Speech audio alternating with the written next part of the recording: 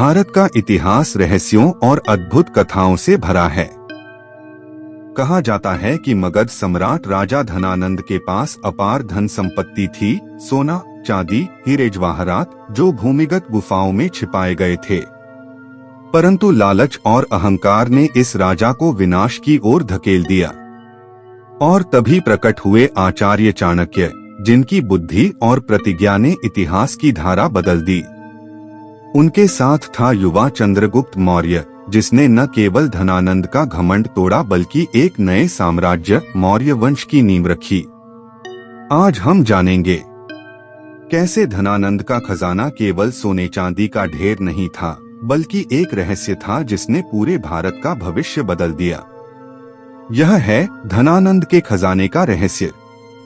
पटलिपुत्र का राजमहल सोने चांदी से सजा है। राजा धनानंद अपने खजाने को देखकर गदगद है।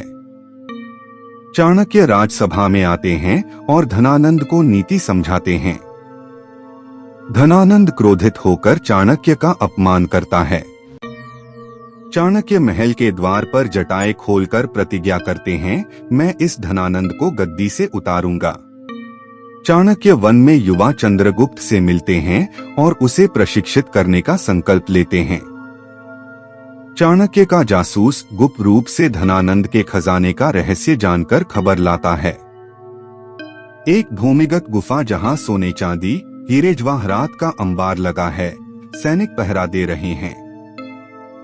चंद्रगुप्त अपनी सेना के साथ खजाने की रक्षा करने वाले सैनिकों पर धावा बोल देता है। चंद्रगुप्त और चाणक्य खजाने पर अधिकार कर लेते हैं। चाणक्य कहता है, अब ये धन प्रजा के कल्याण में लगेगा। धनानंद हारकर गद्दी से उतारा जाता है। चंद्रगुप्त को मौर्य साम्राज्य का राजा घोषित किया जाता है। चंद्रगुप्त के राज्याभिषेक के साथ मौर्य साम्राज्य की नींव रखी जाती है।